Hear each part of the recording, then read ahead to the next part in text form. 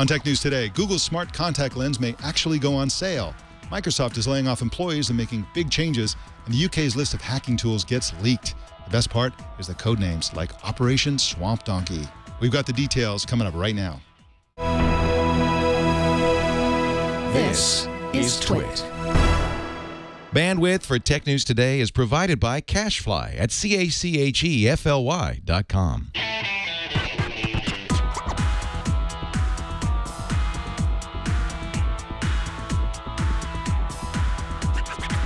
This is Tech News Today for Tuesday, July 15th, 2014. This episode is brought to you by Squarespace, the all-in-one platform that makes it fast and easy to create your own professional website or online portfolio. For a free 2-week trial and 10% off, go to squarespace.com and use the offer code TNT. And by Personal Capital. With Personal Capital, you'll finally have all your financial life in one place and get a clear view of everything you own. Best of all, it's free. To sign up, go to personalcapital.com/TNT. Tech News Today is the show where we talk about the tech news with the journalists who report it. Welcome to the show. I'm Mike Elgan. Jason Howell is back. Oh, I was here the whole time. I was just sleeping. Yeah, under the desk. We discovered him in the back room on a giant beanbag chair. And when Padre went back there to take a nap, he discovered. Oh, hey, there you are, Padre. I was so scared when that happened. Yeah, it's a very strange turn of events, but we're glad he's awake now. Yeah, and I'm glad to be awake too. Let me tell you, there were 3 days there where I was not very awake. Well, we're so glad to have you back. And thank you. Our co-anchor today and every Tuesday is the one and only Joe Panettieri. Hey, how's it going, Joe? It's going great, Mike. Thanks for having me aboard, as usual. Always great to have you on Tuesdays. You know, today is a special day for two reasons. The first is that Twitter was opened to the public 8 years ago on July 15, 2006. And a few days after it opened to the public, I don't know about you, but I went there, I looked around, I saw nothing, and then I wandered away for a year and didn't come back until it was too late. How about you? When did you sign up for Twitter? Well, actually, this is I was almost going to say a quick answer, but a trick answer. My profile, I think, will say I signed up in 2011, but I think I've been on since about 2009 or 2008. Actually, 2008 is when we launched our business, so it was 2008. And, you know, it's interesting. Twitter is almost, you wonder if it's got that yogiism. Nobody goes there anymore. It's too crowded. I'm still on it all the time, but I know some people have tuned out. But thankfully, a lot of the most influential readers are still following me out there. Yeah, I like Twitter a lot. It's I use it with Google Plus. I use it kind of as a feature of Google Plus. I use a service called Friends Plus Me, which automatically posts my Google Plus post, the top line of the Google Plus post to Twitter as a tweet, and then the link goes back to Google Plus where you can have a civil conversation. And I also occasionally post things directly to Twitter, and I interact with people on Twitter nowadays because so many of the people who watch and listen to this show are on Twitter and like to interact that way. So, yeah, what a story that the history of Twitter has been. So very interesting, and happy birthday to the public version of Twitter. The other reason today is a special day is today is the last day to comment on the FCC's proposal for net neutrality. This is your last chance to tell Tom Wheeler what you think of his proposal. Now, very specifically, you've heard that it's an open question session. They essentially want you to answer one of three questions. The questions are, number one, should there be an outright ban on fast lanes? Yes or no? Number two, should broadband access be classified as a Title II common carrier? Yes or no? Now, what that means, that common carrier status means it would be like the phone service where they would be obligated to provide equal and open access to everybody, and it'd be pretty heavily regulated under that designation. And number three, should the new open internet provisions also cover wireless? And if you answer yes to all three of these questions, that's the maximum pro-net neutrality stance. If you answer no to all three questions, that's the maximum anti-regulation stance. Either way, if you go to the site to fill out the form to answer these questions, you probably won't get in because so many people are rushing in at the last minute to have their voice heard. So here's what you do. You send them an email. Your email will go in and be queued up, and you'll be counted that way. The email address is openinternet@fcc.gov. That's openinternet@fcc.gov. Send an email, answer those three questions. Be constructive is my advice, and have your voice heard because this is it. You know, it's going to go one way or the other, and once these rules are set, that's pretty much going to be the internet we're going to have in the United States. So that's why today is a very special day, last day. Well, let's jump into the news. Joe Panettieri and Jason Howell. Google announced a deal with the Swiss drug company Novartis to actually bring Google's smart contact lenses to market. Now, this seemed, Joe Panettieri, like an incredible moonshot. You know, contact lenses that kind of sort of might work like Google Glass, or, you know, might dispense drugs, or might detect the chemistry of the liquid in your eye and so on. It all sounds very science fiction-y, but here what's happening is that Google is actually licensing the technology they've been developing to this company so that the company can develop. Now, they're actually expecting prototypes that people will be able to try, not the public, but, you know, certain types of people, possibly the press, in about a year. So year and a half, something like that. And then they expect products on the market within, you know, 5 years or so. Sounds like the future's now, though. I mean, yeah. you know, on the one hand, some of these things sound so far-fetched when we first hear them. But on the other hand, if you begin to connect the dots between what Google is doing and then some other major research we're hearing out in the market, for instance, I think it was just yesterday we heard about some new tests that to determine if you're likely to get Alzheimer's. Some of those tests will involve testing your eyes. You could almost imagine these sensors now being early warning systems for all types of diseases you may develop later on in life, just based on wearing these sensors. So it's exciting, but once again, you know, you always have those privacy concerns saying, okay, now we're going to collect even more data, and where's that data going? So that's a little intimidating. But as usual, I hope open markets sort it all out. Yeah. Now, the first one that they're really talking about is a contact lens that monitors blood sugar levels. Again, this is a pharmaceuticals company, and they have these little tiny sensors that are built into the contact lens. And then, to me, the more impressive feat is that they have tiny antennas in these contact lenses, thinner than a human hair, that wirelessly transmit the data, presumably to a smartphone or some other kind of device. And that's pretty amazing that something that's right on the surface of your eye is actually connecting wirelessly to another device. Now, there's another version they're talking about that actually corrects vision. It's like the lenses on an autofocus camera, and it would actually be able to detect what you're trying to focus on, so that when you're looking at something up close, it would know that you're looking at something close. And if you look off in the distance, it would know that, and it could make changes, mechanical changes or other changes to the lens itself to automatically focus depending on what you're looking at. Wow, that's pretty interesting, and you could see how that would be a very popular item. It'd be like bifocals for contact lenses or something like that. Now, of course, this is going to Novartis's Elgan eye care division, and they are just licensing Google's technology. And one of the interesting things about this, of course, is that this technology, the idea of having these smart these smart electronics, different things you can do with electronics inside contact lenses, is the brainchild of Babak Parviz. Now, we reported yesterday on this show that Babak Parviz is moving to Amazon. He's quitting Google and moving to Amazon the day before Google announces a licensing agreement to actually take his technology and sell it and essentially productize it. That sounds to me, Joe Panettieri, and again, this is not based on any inside information or sources or anything like that, just the timing of it. Let's speculate, shall we? Let's speculate. It's the timing of it is really, one day, come on. I mean, Parviz has been working on this technology for 2 decades at least. And one day after he announces his departure, Google announces this licensing agreement. Sounds like he was against it. Either against it, or maybe it's Google's way of saying, hey, you know, the technologies we develop are bigger than any one person. You know, the whole idea being people are going to come and go, but our R&D continues, our relationship building efforts are going to continue, and hey, we're not going to skip a beat as he walks out the door. Yeah, absolutely. Well, in just a sec, we're going to find out what's going on at Microsoft. Big changes afoot in Redmond. But first, I want to tell you about Squarespace. Squarespace, of course, is the best place in the world to build a website. And, you know, the thing about Squarespace is there's so much you can do. There's so many powerful features. And people know it as a site where you can build these really incredible websites for any purpose at all. But did you know that Squarespace is the very best place to build a blog? That's what I've been using Squarespace for a long, long time. Jason, could you go to like my wife's blog, for example? It's called SpartanDiet.org. She's been working on a book for a few years called The Spartan Diet. And so she's been blogging there on and off. It's also going to end up being the the website for her, how you can buy the book and follow her newsletter and all these kinds of things. It's been in the works for quite a while. But if you scroll down, you can see that this is a beautiful blog, simple, minimalist, elegant, and this was put together, it was so easy to put together because of Squarespace's blogging.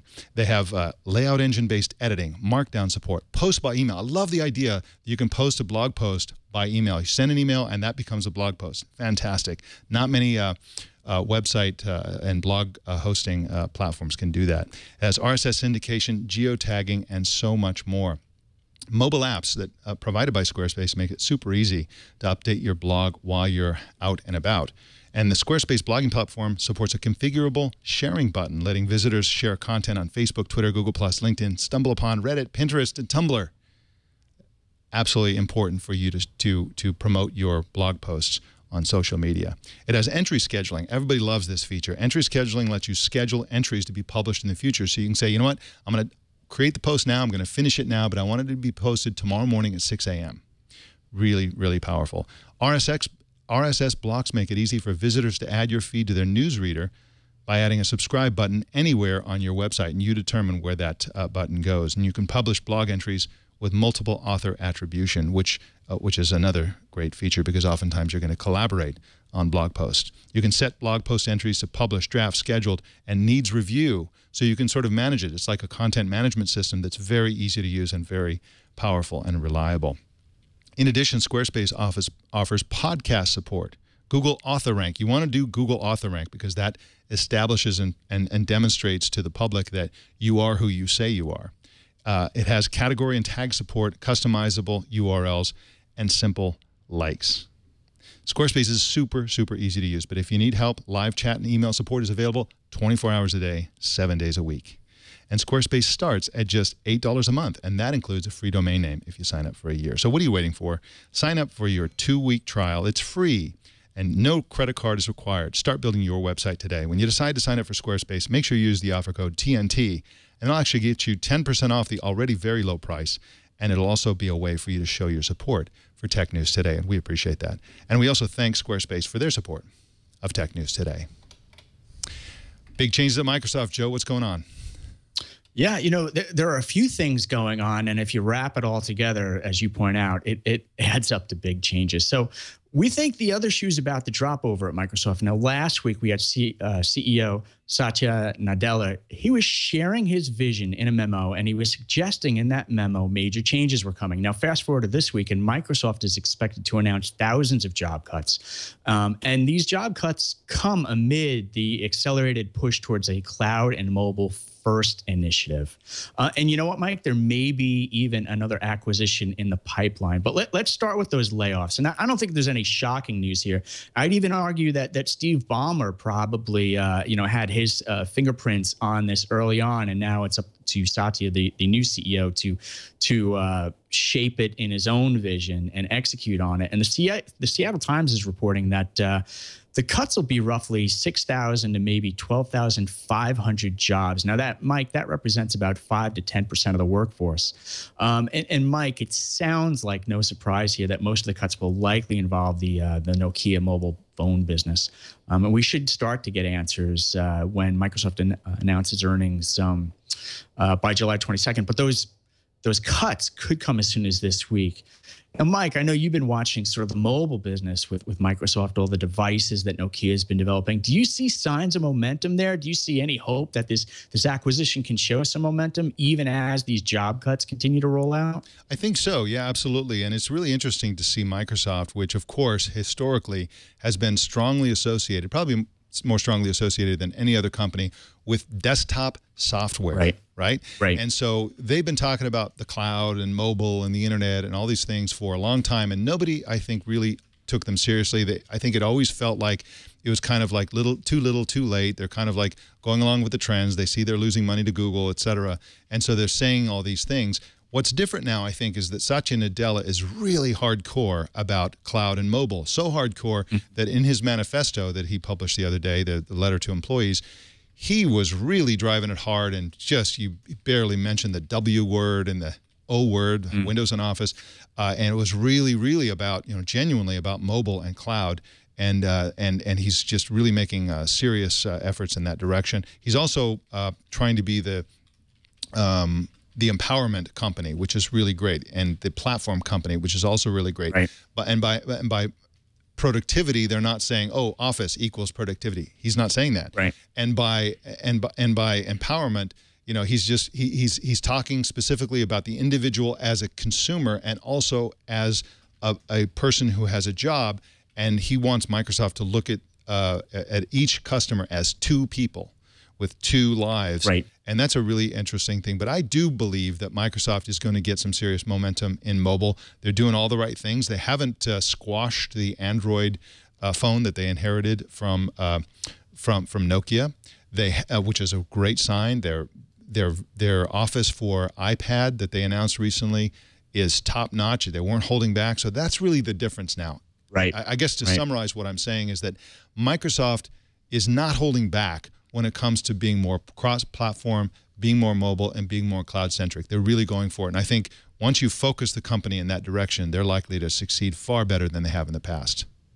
Yeah, you know, I agree with you. I don't think it's the way Microsoft thinks about the market now. It's not about protecting their installed base. It's about innovating across multiple systems. And I know I don't want to say Microsoft looks exactly like IBM of the 1990s, but there are some parallels. Think about IBM. They retreated from the desktop in the 1990s. They got out of the PC business in the early 2000s, and they created this great stronghold on the server, in the applications markets, in data centers.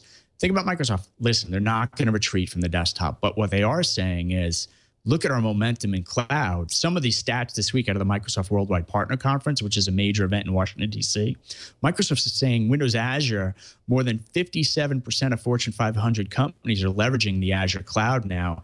And that cloud is storing 30 trillion objects, which is incredible numbers. Now, we need some revenue numbers to go along with that to really understand just how much momentum there is and what the installed base is. But I think Microsoft's cloud momentum is seriously underestimated by the media, Wall Street, and customers. I think they are now neck and neck with Amazon and may even leapfrog Amazon at some point. Mobile, I'm still curious to see how it plays out. I think you're right. I give them credit with what they're doing with Nokia so far. But I'd like to see and hear a little bit more about how Surface 3 is doing so far. You and I beat up on Microsoft just a little bit when they announced that special promotion about switching MacBook Air users over to Surface 3. And I'd like to hear how that's going, because I was highly skeptical when it was first announced. Yeah, absolutely. Now, there are two versions. There are two areas where I would love to see Microsoft really start going for it. One of them is that, as you know, Joe, Microsoft has always had a killer research and development arm, Microsoft Research, and they generate incredible technology after incredible technology. They have great intellectual property, and then you never see these things in products. There's sort of this huge disconnect between what they invent and what they ship. Now, they ship a lot of stuff that is really good, that has a lot of invention in it, but the big ideas that they've been developing in Microsoft Research for so many years have trouble seeing the light of day. And for whatever reason, I don't know, maybe these things are considered too expensive or whatever, but one area where Microsoft clearly can own the future is in the area of touch desktop. And what I mean by that is Microsoft has two properties. One of them is called Perceptive Pixel. It's a company they acquired. If you remember the elections from 2008 or whenever it was, when CNN, the massive screens, right? The big screens, the big touch screens. Okay, that's Perceptive Pixel. Jeff Hahn's company, which Microsoft acquired.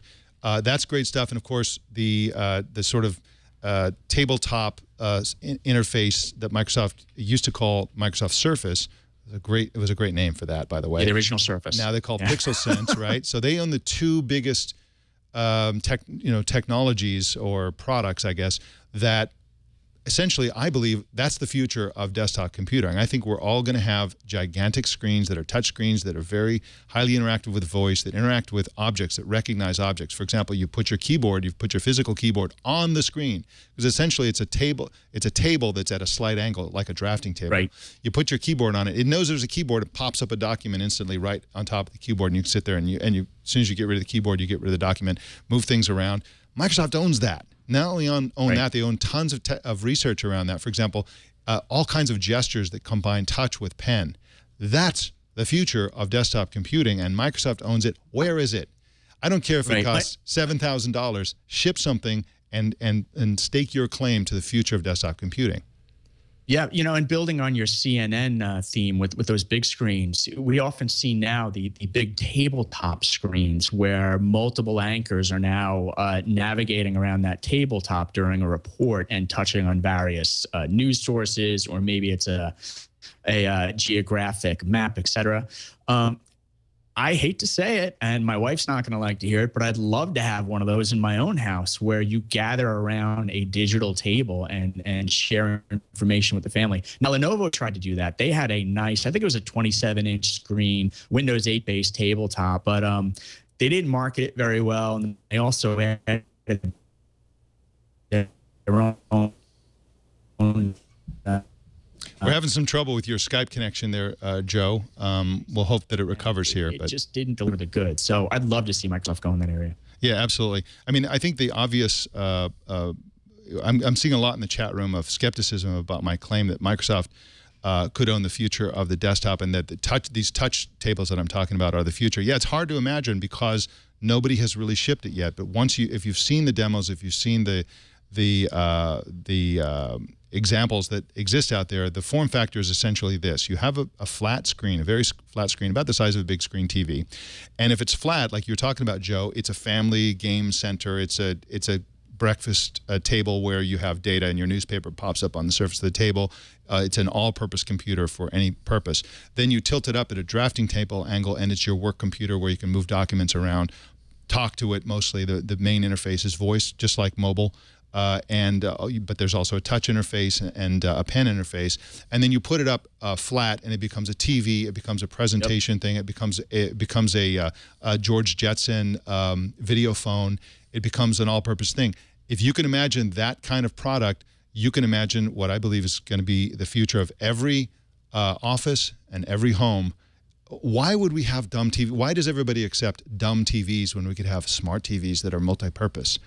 TVs are just screens that should be delivering content from the internet. That's it. Why not put them to work doing all these other things? Anyway, Microsoft is way ahead on the intellectual property for that. That's all I'm saying.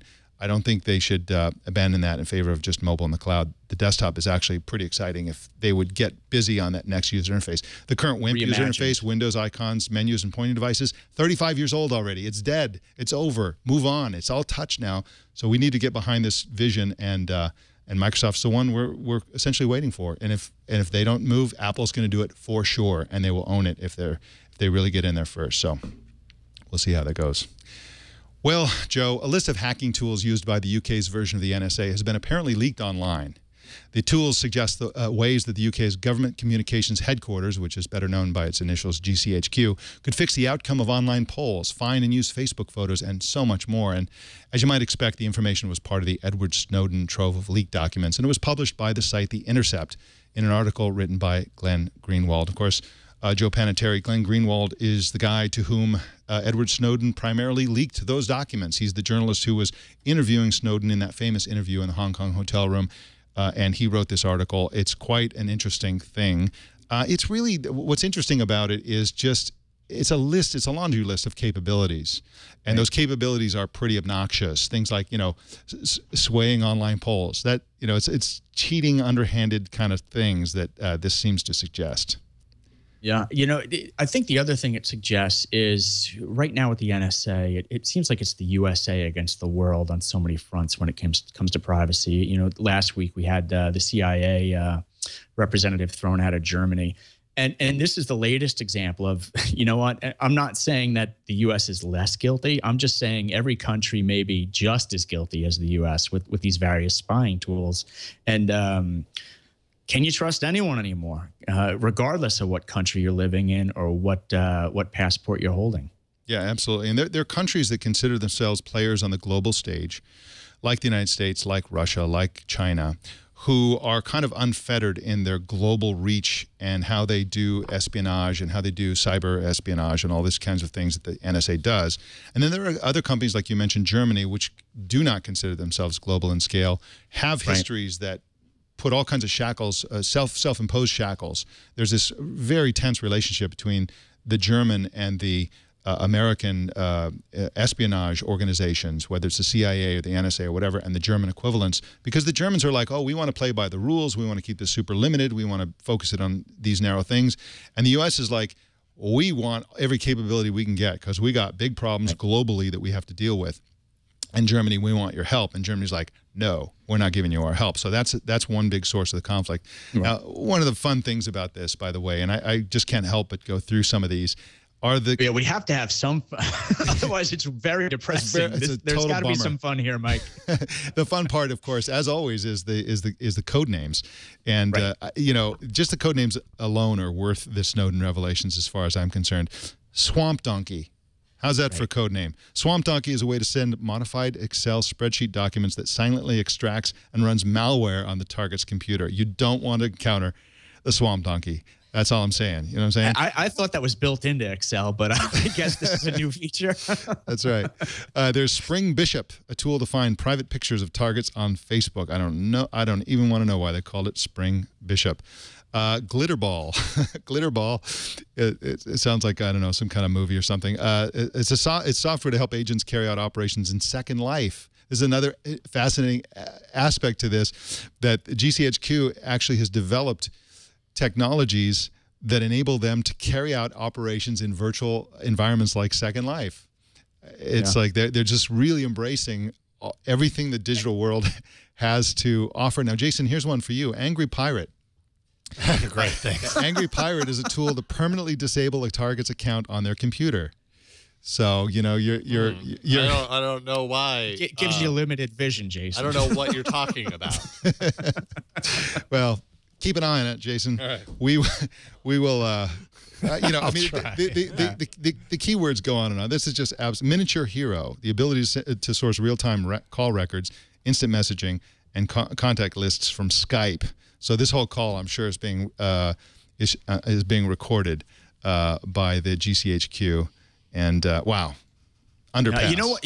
I see a conspiracy theory here. You know, the fate of the free world is at stake. Yeah. We're all worried about privacy, and instead we're talking about some great code names here.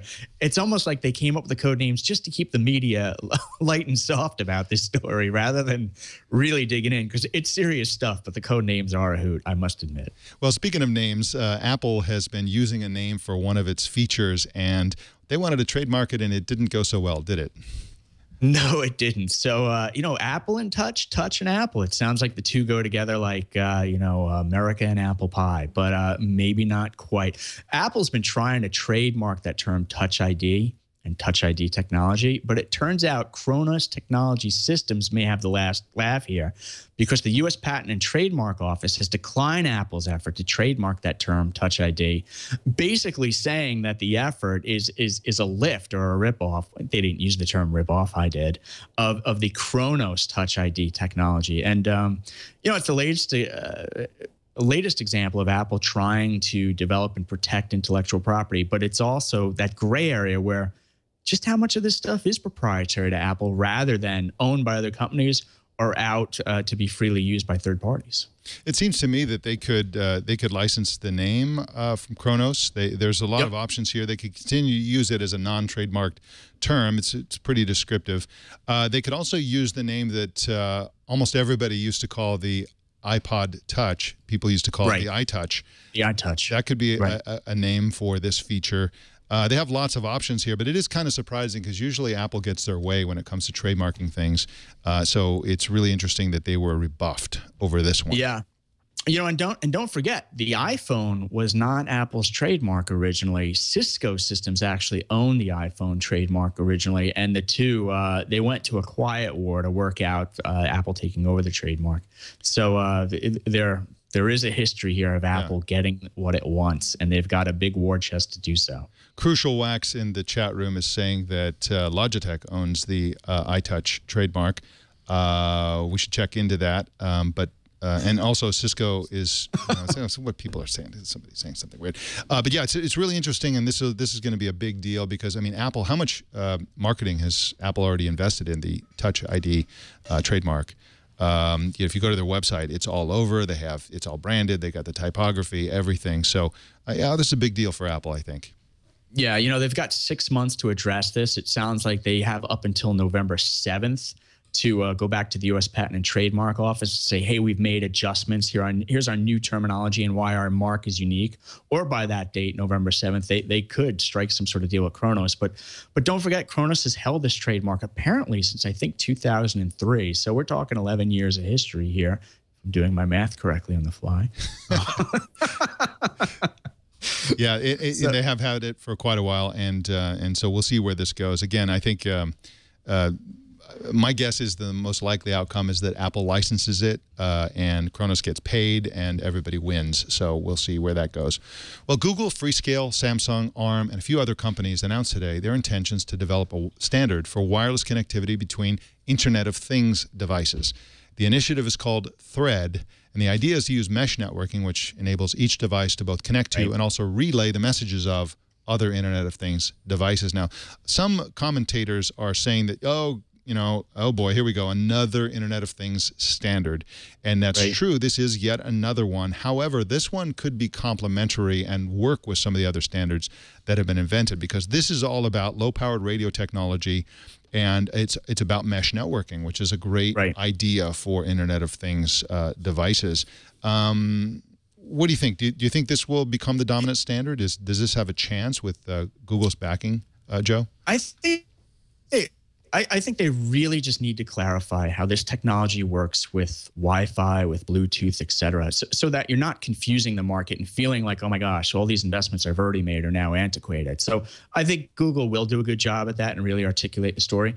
The other piece to remember is mesh networking already exists in Wi-Fi, in municipal wireless build-outs, for instance. So cities that have wireless networks, Wi-Fi networks, chances are they're using a mesh approach. And another term that you'll hear thrown about from Oracle and others is grid computing. It's a bit dated now, but everything old is new again. So I think this mesh approach hopefully will leverage the best of what we know about Wi-Fi, Bluetooth, et cetera, and build upon that. But I do worry when we get into these standards wars, because there was a standard last week announced, and I forget the companies involved, but it was not this group. So now you've got different camps promoting different Internet of Things standards, which can be a little scary, but we always go through these evolutions with new technologies. You mentioned that mesh networking is out there. It's also surprisingly built into iOS 7. It's Apple's technology, which is called the Multi-Peer Connectivity Framework, and it enables mesh networking directly from any sort of iOS 7 device. So that's really interesting. One of the things I like about this Thread standard is that it's based on existing radio technology called 6LoWPAN. And that's the right way to do things, is to embrace existing standards. The other sort of standard bodies that have emerged very recently, I think last week, is the Qualcomm-backed All-Seen Alliance. That was the one. Yep. And the Intel-backed Open Interconnect Consortium. Now, the Thread initiative is about radio networking. All-Seen and IOC are application layer technologies, and they could work together. They have to choose to work together. And we here at Tech News Today are urging them to work together because the last thing we need are incompatible standards for the Internet of Things, because if that happens, there will be no Internet of Things. There'll be things, and there'll be the Internet. And the Internet of Islands. Yeah. That's right. That's right. Well, let's talk about this one more story, and then we're going to go into a really stunning customer support call. And if you haven't heard it, it's going to blow your mind. But first, what's happening in India? There seems to be some kind of I guess you could call it an arms race between teenagers and parents over. Yeah, there's an arms race. And the one thing I would ask is, for anyone listening or watching this broadcast, please do not loop in my wife and kids about this, because we don't want to shift the power from my wife to my kids. It's our little secret at home. It's our little secret. So let me set the picture on the story, Mike. My wife and I have 3 sons. 2 of them are teenagers, and they're iPhone users, right? And my wife uses tracking software. My kids are aware of this. My wife uses tracking software to make sure my kids aren't misbehaving online with those iPhones, et cetera. But what, Mike, what if there was a new way for my kids to hide their digital footsteps from my wife? That seems to be exactly what's going on in India. And now everyone's wondering, wow, is this capability going to come to the States and U.S. shores? The app is called Hike Messenger. That's Hike Messenger. And it's developed by Bharti software. I think I got that right. It's Bharti. It's free software. It's backed by Japan's SoftBank, wow. which we know is a powerhouse, right? And some folks see it as a potential rival to WhatsApp. And I think there are some cultural issues here at stake, particularly in India, where you think about the nucleus, the core family, but then the extended family, aunts, uncles, distant relatives.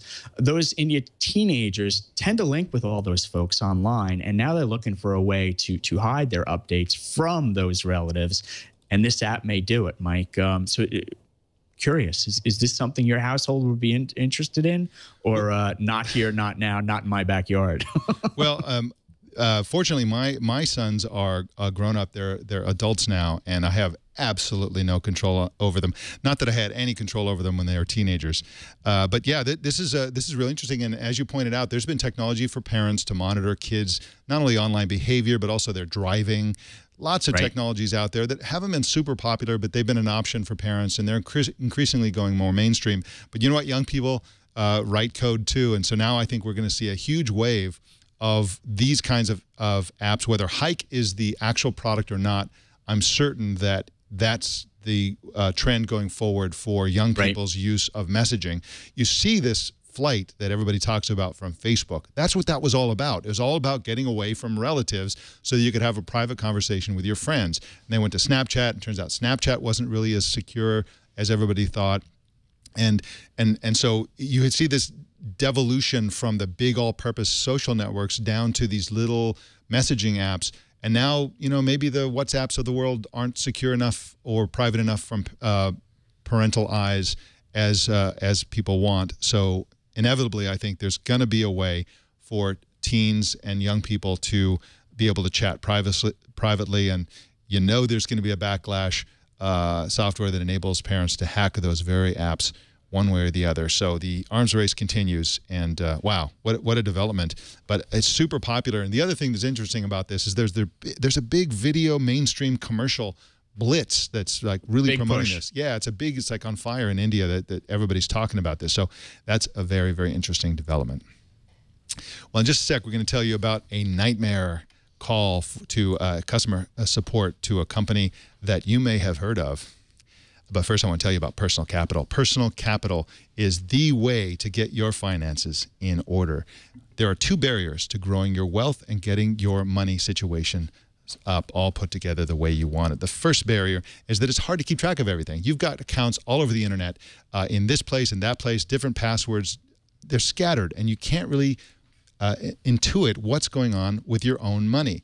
And Personal Capital will help you with that, because they put it all onto a single screen. That's right. It takes all your different account information and shows you intuitive visual charts that allow you to have an intuitive sense of exactly what's happening with your money. Not just an intuitive sense, but also a very particular dollars and cents view of exactly what's going on.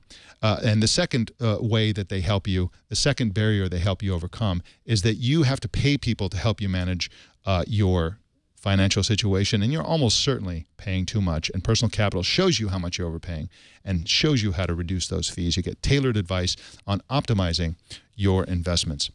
Personal Capital announced the integration of its award-winning app with Android Wear, Google's smartwatch platform. The update is available for download from the Google Play Store. The Watch app seamlessly integrates with Personal Capital on other Android devices and provides users with relevant and timely updates on their finances wherever and whenever they need it. There's no reason to wait. Signing up takes just a minute, pays big dividends immediately. Personal Capital gives you total clarity and total transparency so you can make better decisions about your own money. It's your money.